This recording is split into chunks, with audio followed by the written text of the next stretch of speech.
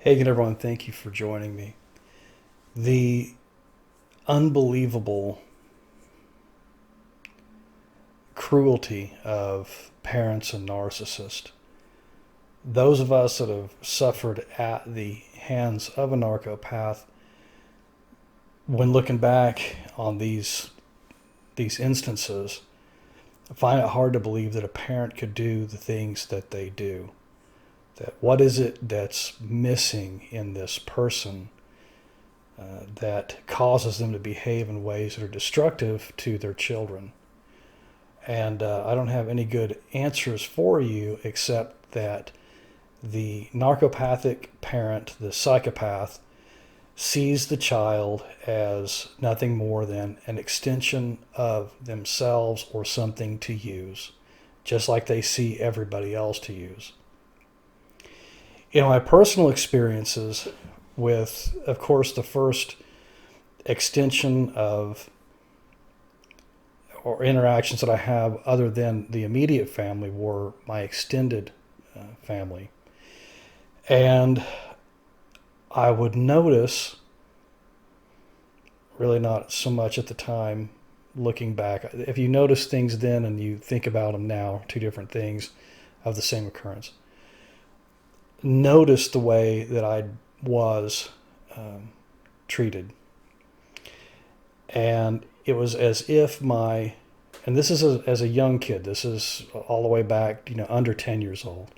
It was as if my reputation had preceded me, even as a kid.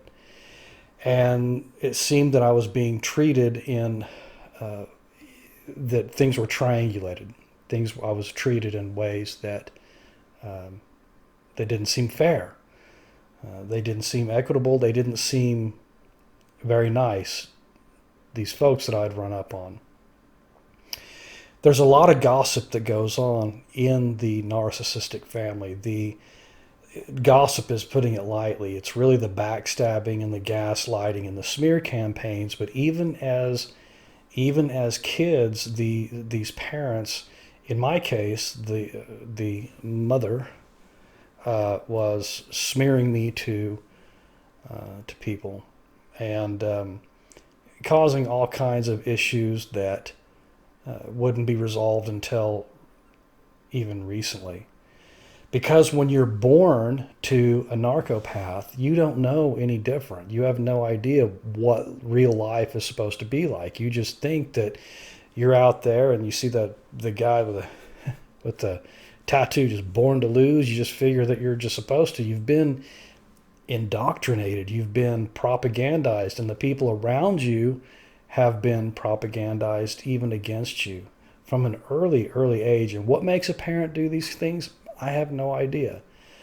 I've mentioned that I also have sons, and it never would occur to me or cross my mind to paint them in some negative light to someone, especially the people who they've never met and that they might meet later. But this was something that had gone on for years and years, all the way up into the time that I tried to go no contact, even as an adult with kids of my own. The smear campaign was still going on. As early as, well, I said, even like 5 or 10 years old, experiencing these things has a way, it changes your mind, it changes what your behavior is going to be like, it even changes your personality. Later on, it can ruin business deals for you, it can ruin relationships for you, where I may as well just say it. Okay, look, I try to be really careful on the channel. I try not to divulge, more than what's necessary, and I try to keep my language clean, etc. But I'll just say it. My mother would cherry pick things. The way they do it, it's just devious. It's really devious. Cherry pick things and tell the person that I happen to be with at the time these issues. And again, I'm like wondering why is it that after they've met my family, things change?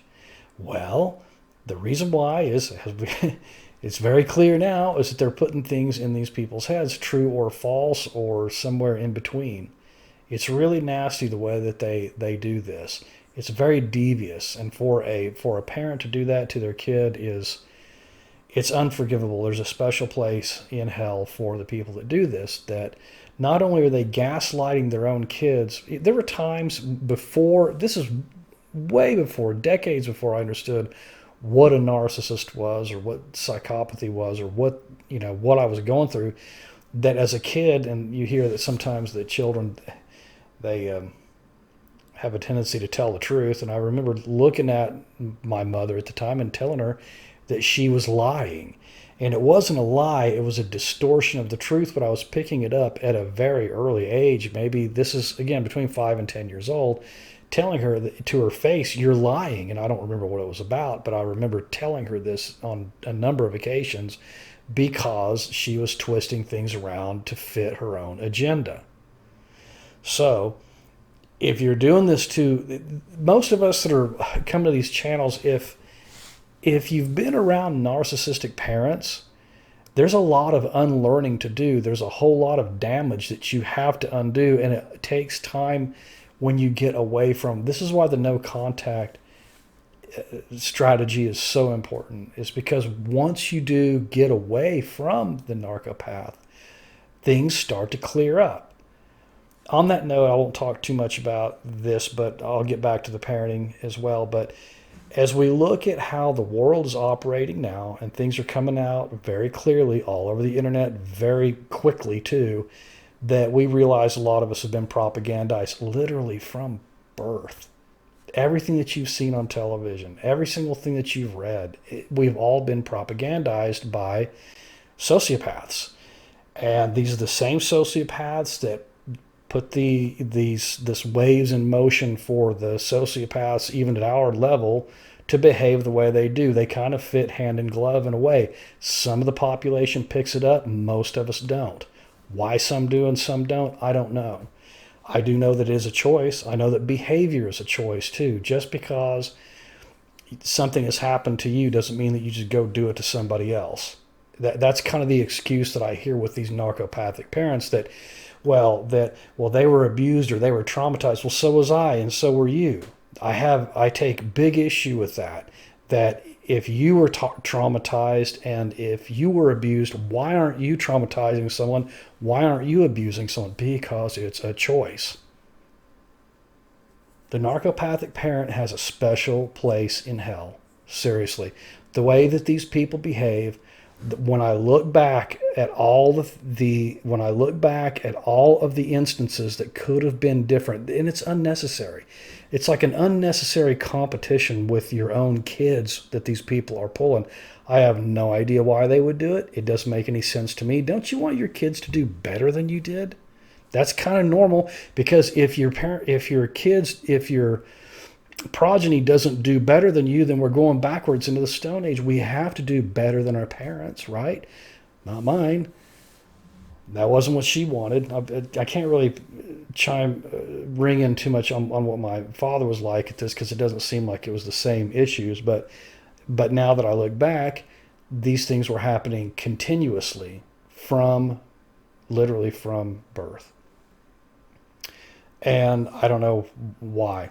So anyway, those of you that have been through this, those of you that have been through the narcissism, it's like going through the ringer with these people. You picked most of it up probably from your family of origin, and that's when you end up with people who are similar to them. I never could see the similarities between, they say that, I don't know that there's a whole lot of truth to this, but they say that, girls marry their fathers or, something like him. They look for it, and men marry their mothers. And I could never see it until after the fact. After everything was said and done, those two were almost exactly alike. They don't look alike, but they were almost exactly like in their passive, aggressive, nasty behavior. Because it was all that I knew. It was the pieces that fit. So when you start to wake up out of this and you start to try to go no contact, you see that it starts to rock the boat. You'll watch how they behave. And they get really, really nasty. They get really, really angry about it when you rock the narcissist boat. They don't like it when when you're starting to uncover their secrets and expose them. They really don't. So, um, look, those of you that are through it, my heart goes out to you. It's really a rough thing. I try to put this out there in a way that's meaningful to someone that's going to do something, but I don't really have any answers except some of the suggestions that I'll give on my talks. The things that I say is don't forgive until you're ready. Okay? Don't forgive. Watch every single thing that they do. All right? Don't ever let them know your plans.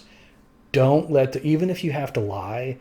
This whole thing about not ever lying, and if you've had kind of a religious background, a lot of that stuff is really not good. It's not good advice when it comes to dealing with narcissists. You need to put a lot of that away. Your sense of fair play. If you're trying to go no contact with a parent that's been abusing you, if there is some deity that's watching over you, I think that deity wants you protected. Okay? I don't think that we're going to follow the letter of some handwritten law. I think that you need to stay safe, and if that means lying or not telling everything that you know so that you can get out of the situation that you're in, by all means, utilize that. Deception is absolutely, it's acceptable in these situations until you can get out of that situation. So don't tell them your plans. Don't take what they say to heart. Watch what they're doing around you.